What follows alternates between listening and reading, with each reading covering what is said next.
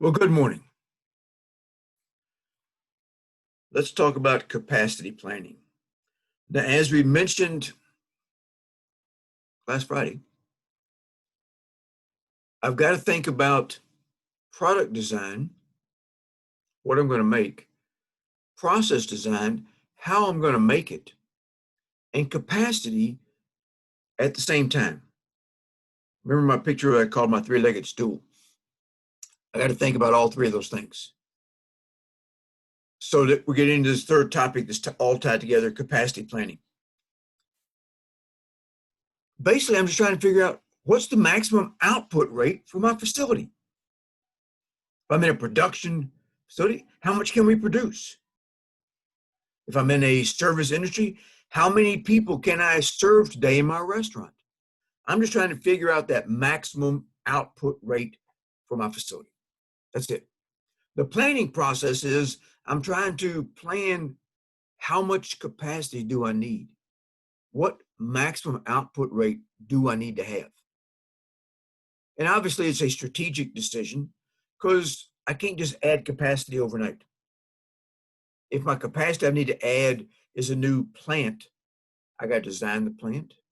I got to do that site selection facility location we looked at last week. I've got to build the new plant. I've got to hire the people to work in the plant. I got to train those people. I got to buy the equipment. I got to get the equipment installed before I can ever start producing in a new plant. So I need to figure out into the future, what kind of capacity do I need? And this is critical to do that and think about not just the capacity I need today, but how much do I need in the future? So for example, Grainger is one of the largest industrial supply companies in the world. About 18 years ago now, maybe 19 years ago now, Grainger built a brand new distribution center in Ontario, California. They outgrew it almost as soon as they moved into it. By the time they came up with a plan for expansion, it was too late. They were locked in. People built up beside them, people built up behind them, people built up across the street from them. They couldn't expand their facility. And because of the type of stuff they store, they couldn't expand upwards. So they couldn't expand the facility. They had to build a new facility about 5-6 miles down the road in Mariloma, California. And this time they learned their lesson. They built a facility about 1.5 times what they needed, with a plan to grow into this facility over time. And now they've almost reached capacity of that facility. But they also learned the lesson. They bought all the land around them. So if they had to expand that facility, they would have to go through the hassle of moving to a new facility again. They could expand what they had because they had all the land around them purchased. So capacity planning is a long-term strategic decision. I got to think about what kind of capacity I need. More people, more facilities, more machines, more storage capability. How much do I need? And when do I need it? And where do I need it? I need to think about tying this back to our facility design discussions last week. I need to think about, how do I lay the facility out? Does my layout, as we mentioned last week, does the layout constrain the operations? Does the way I lay my facility out constrain my capacity? One of the biggest complaints when I was consulting, one of the biggest complaints in the distribution center world, in the warehousing world, was I don't have enough capacity. So several projects we did was to restructure and redesign the flow and the layout of the facility. And every time we did that, we were able to expand their capacity without actually expanding the size of the facility. By changing that layout, back to the block diagramming, relationship diagramming, by changing that layout of the facility and better utilizing what they had, we were able to expand their capacity. So I got to think about the design of the facility and the efficiency of that design as tied to capacity. I look at utilization, the design versus the utilization of the facility. Utilization is basically the percentage of space that I'm using when I look at what I'm using compared to how much I've got. It's also from a manufacturing perspective, the utilization is how many hours am I working compared to hours available, or my output compared to output available. We'll talk about that more in just a second. And just kind of a reminder from last week's discussions, when I look at the layout of the facility and compare that looking at the capacity, I've got to think about the theory of constraints once again. Does my facility layout constrain the operation? Is that my bottleneck? I look at some determinants of good capacity. The facility, I think about the people. One of the constraints on my capacity could be the training level of my employees.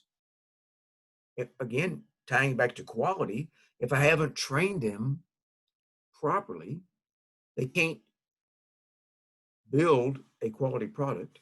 If I haven't designed a quality process to build it, they can't build a quality product. And that's going to affect my capacity because I'm going to be doing rework all the time. Could be that part of my capacity constraint is the motivation of the workers. Now, we're going to spend the last class period talking about my theories on success in and out of the classroom.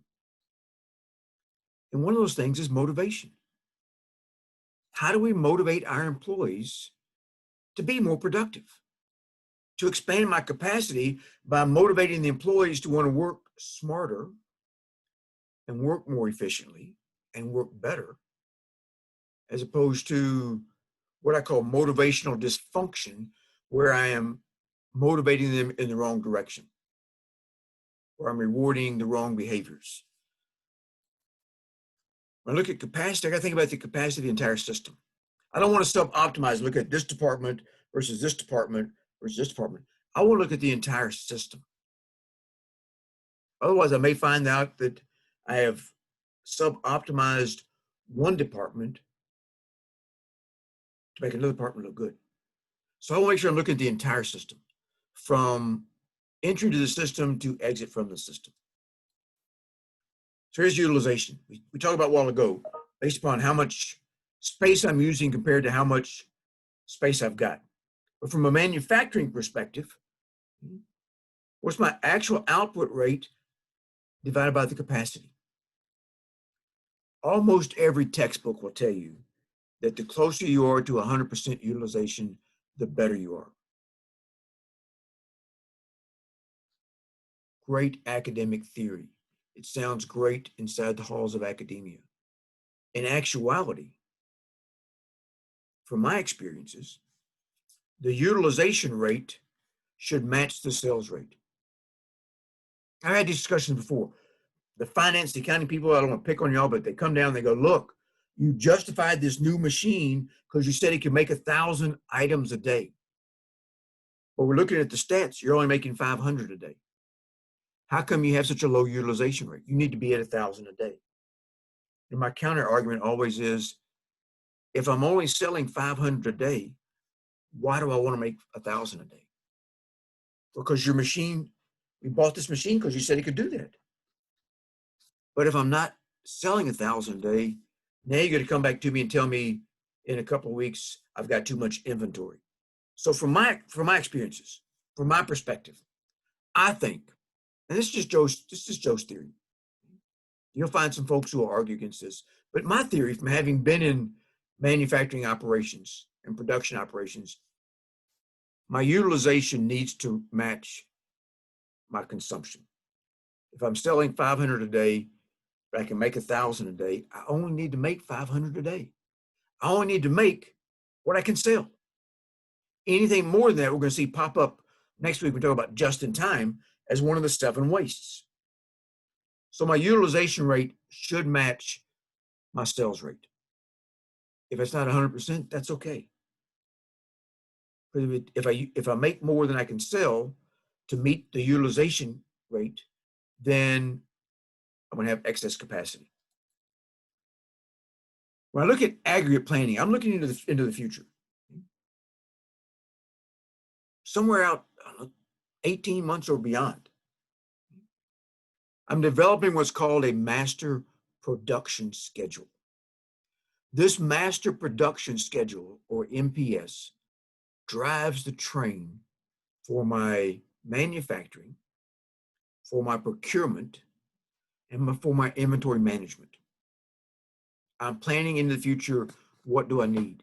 This aggregate planning, this master production schedule, may be the tool that tells me 18 months in the future, I don't have enough capacity to meet the projected demand of the customer. That may be what signals me to have to expand my capacity.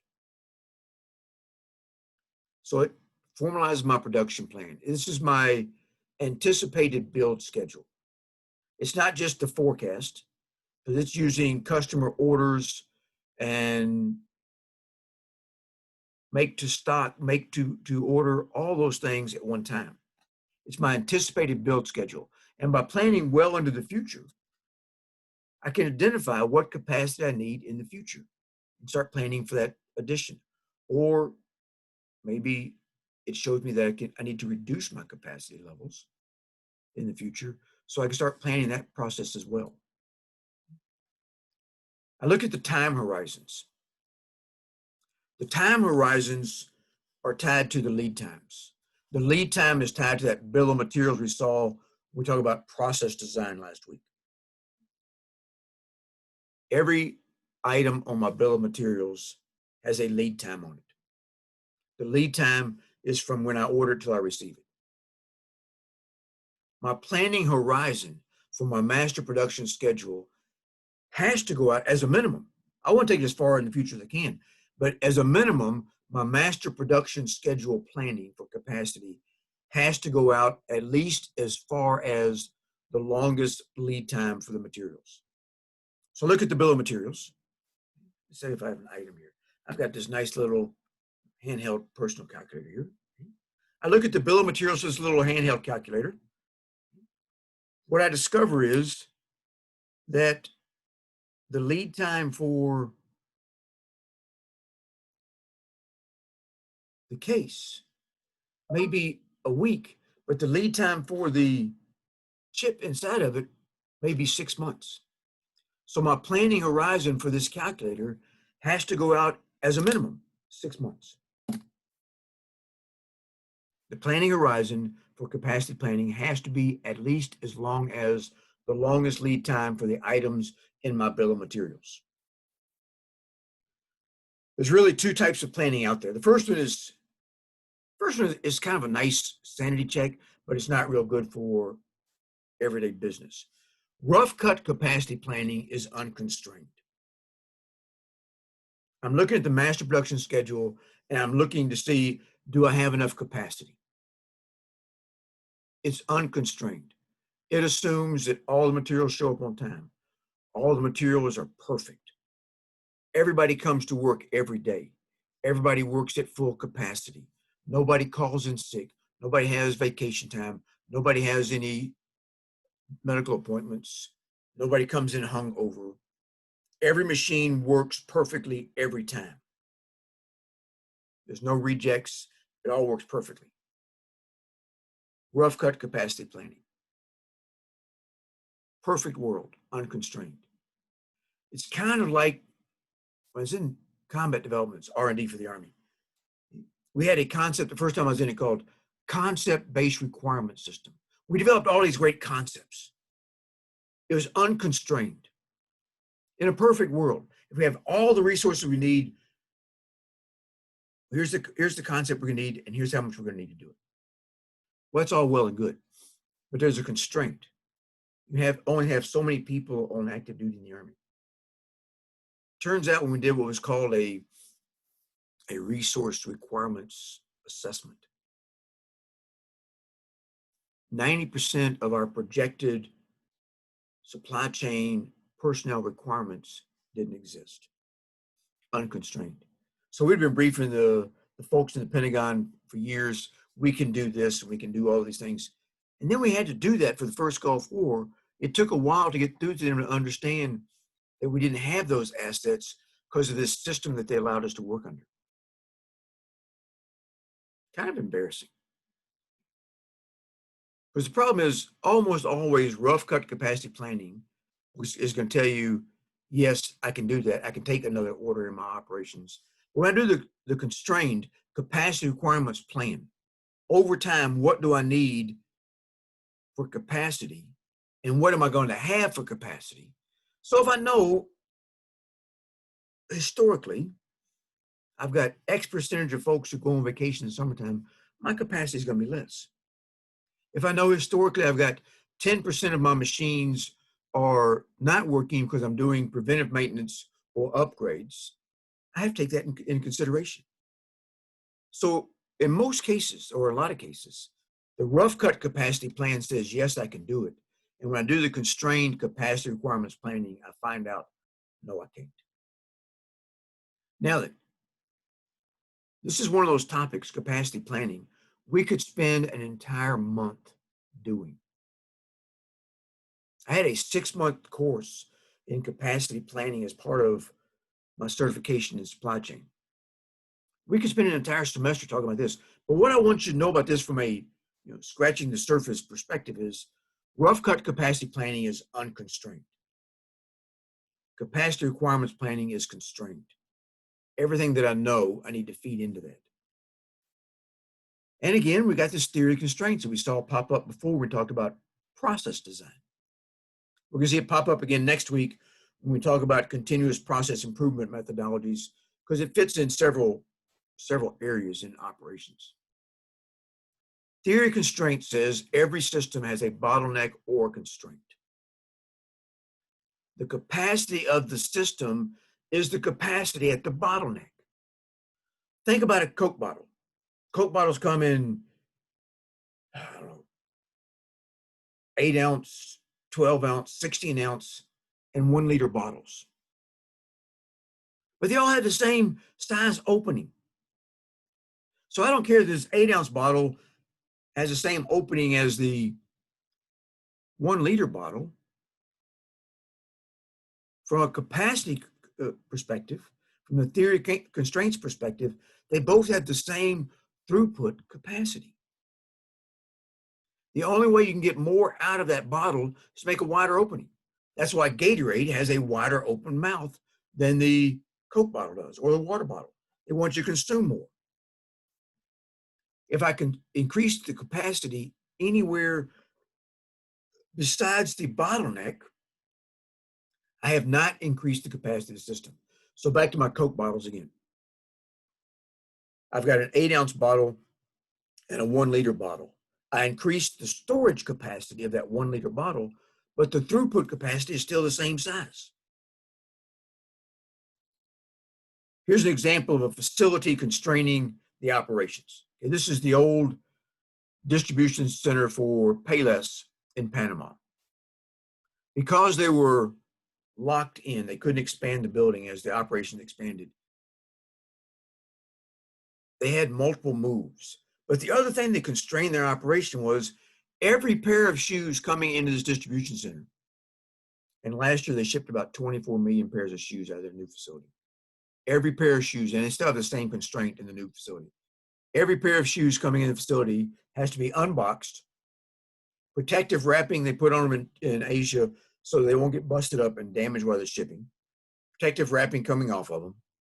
Then they have to have a price tag and a label put on them in the language and the currency of the country that they're dealing with. Right now, they deal with about 23 countries, 3 different languages, 22 different currencies. And some of their customer countries have their sizing in American sizes, some in British sizes, some in European sizes.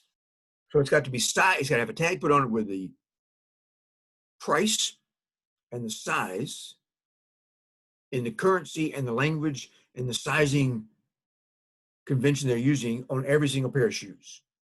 It's a constraint, but that's what they've got to do to meet the requirements of different countries. So that's their bottleneck. I got to walk the process. There's that concept again. I got to walk the process to see where the bottlenecks are. Now, most manufacturing operations, it's pretty easy to find the major bottlenecks, but that's where you're going to find a buildup of work in process inventory. As it moves from one department to the next, you can have this buildup. So I've got 3 departments, and Department A has capacity of 200 an hour. Department B has 200 an hour, but the finishing process in Department C can only do 100 an hour. You're going to see 100 an hour building up in front of Operation C. Pretty easy to identify that as the bottleneck. But I want to continuously walk the process to see if when I fix one bottleneck, if the theory of constraints is true, every system has a bottleneck. Once I fix this bottleneck, I need to find the next bottleneck and always continually walking the process to improve the system. I want to look at the overall productive resources. And that's a critical, I think, definitive word there, productive resources. I want to find those operations that aren't working as well by walking the process, or identify those resources that are going to be down for the week because I'm doing preventive maintenance or upgrades to the machines, or reduce capacity, productive resources because I've got people on vacation, or I got people called out. I have people that can't come in because they have COVID, whatever. I want to establish the productive resources of my operations. Back to that constrained capacity requirements planning. And I want to determine when and how much to increase the capacity if I need to. So I got these decisions, these questions in capacity planning from a management perspective. When do I add capacity? What type of capacity do I add? Where do I need to add it? Do I just need to add a shift to this operation so that I can keep that operation running? Do I need to add another line to keep that operation running? What type capacity do I add? People, machines, facilities, transportation assets? What do I need to add? And then I've got this idea of, as demand for my product goes down, we touched about in forecasting, I reach that maturity level and then a declining phase. When do I start reducing capacity? Or trying to find more jobs to take up that extra capacity? This slide just kind of shows ways that I can adjust my capacity to meet demand. I just want to touch on a couple of them. The first one is producing at a constant rate. What that means is I'm always producing here. I know I've got this kind of business cycle, the curves of the business cycle, but I always produce at a level rate. Part of the time I'm producing more than I need, and part of the time I'm producing less than I need, but the average there balances out. So I keep my workforce stable, which is critical to keeping the workforce happy, and I keep the demand production at the same level. The second one's not good. I hire and fire workers to meet the demand. So when I'm up here, I'm hiring more. I'm now laying them off. I'm hiring more. Not good for morale of the workforce. And I'm always chasing demand. So I'm always a little behind the demand curve, which makes everything a priority all the time. Maybe I can shift the demand into another period. Do some incentives to get you to buy stuff off cycle, or push some of the manufacturing back through promotions. Maybe I can offer a counter cycle. So for example, to keep that steady manufacturing line going, Toro, right now, while we're sweating cutting grass, Toro is making snow blowers on the same assembly line that while we're blowing snow this summer, excuse me, unfortunately, no, thank you, not this summer. While we're blowing snow this winter, they're making lawnmowers. Same basic engine, same basic setup. So that keeps the assembly line steady by offering the products and making the products counter cycle. Oh, I like this last bullet. It keeps popping up. This concept keeps popping up. Maybe I can just share better information with my suppliers to reduce the distortion of information, reduce that bullwhip effect, and get a better flow of product and a better flow of manufacturing. I can be proactive by having this counter cycle or sharing better information, or I can be reactive. Reactive means I'll wait till after something happens before I do anything. I don't want to do that. We see in reactive strategies now. People are having to furlough workers, lay off workers, bring workers back. I was reading this morning about the tourism industry in Hawaii. One company laid off 180 of 200 employees, and now they're starting to hire them back. Reactive strategies. I need a plan in place. We talked about capacity already. We've talked about utilization. I want to hit a third term here that I think is critical to capacity, and that's efficiency.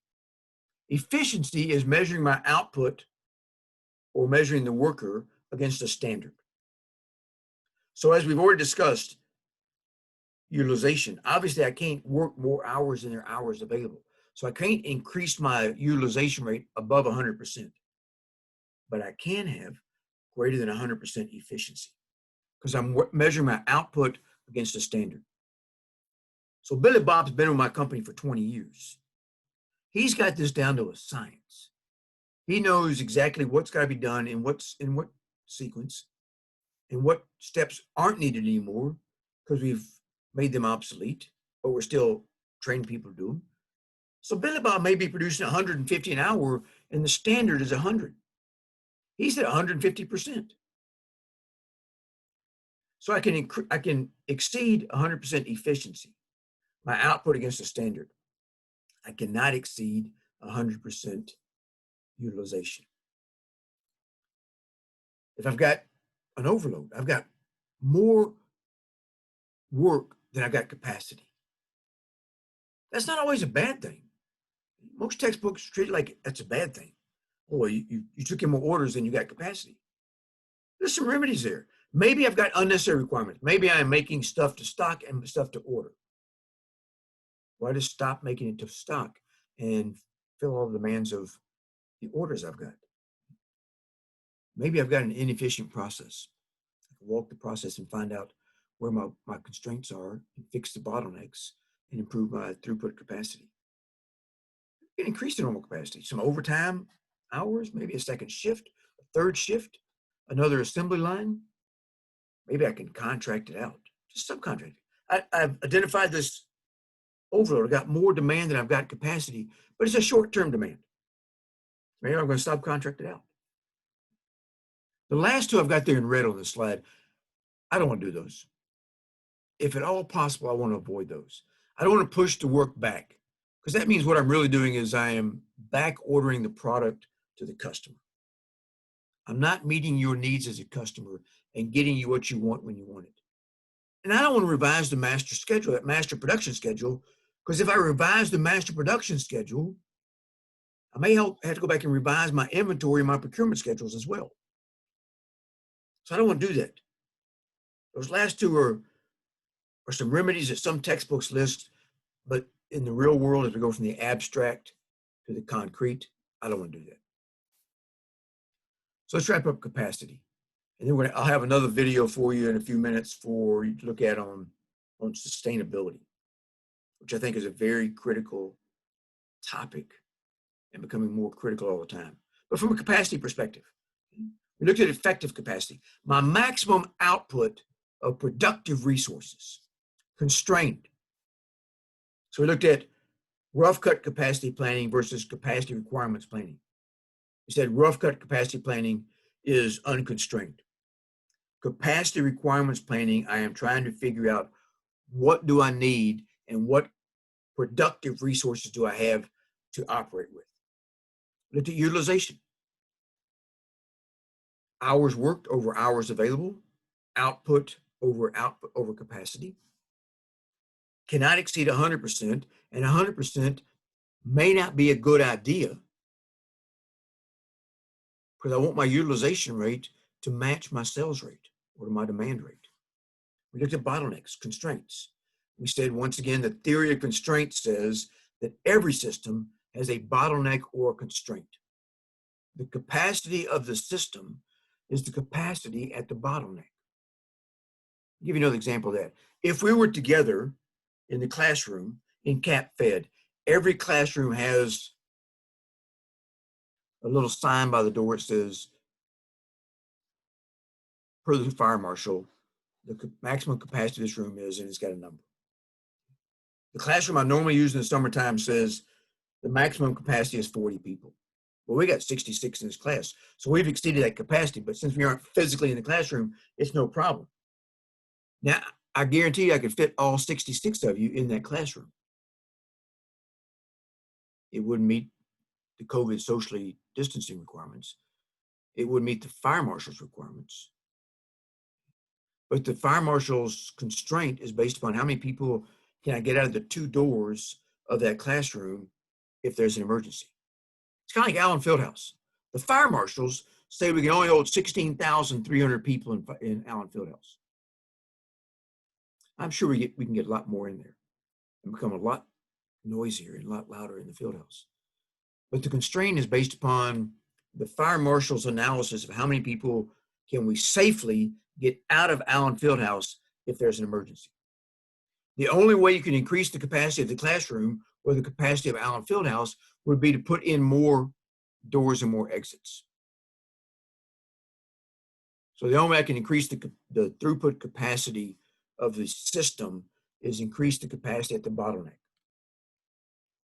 We look at some remedies for overloads and underloads. Bottom line is I want to be proactive. I want to have a plan in place. So if I have more work than I've got capacity, what's my plan to implement? I don't want to wait to the last minute. It's kind of like that project crashing plan.